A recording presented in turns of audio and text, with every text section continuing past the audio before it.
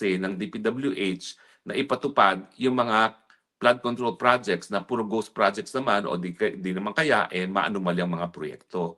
Ibig sabihin talaga ang batayan ng DPWH kung anong dapat gagawin ay kung saan sila kikita.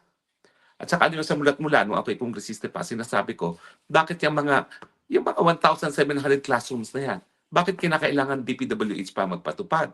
Masyado naman kasing garapal itong mga congressman, mga senatong, at saka mga taga-DPWH na ang gusto nila, pati yung mga classroom sa maliit ang kita, sila pa rin ang kakana.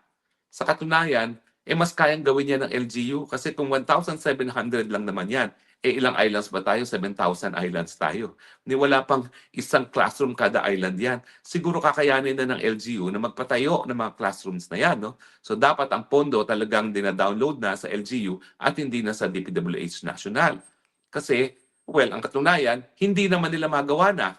Ang binibigyan nilang prioridad, yung mga proyekto na mataas silang ang kanilang makita. No? And meanwhile, pagdating naman sa pangangailangan, kailangan natin ito mga classrooms na ito. Otherwise, hindi talaga magkakaroon ng edukasyon ng ating mga kabataan.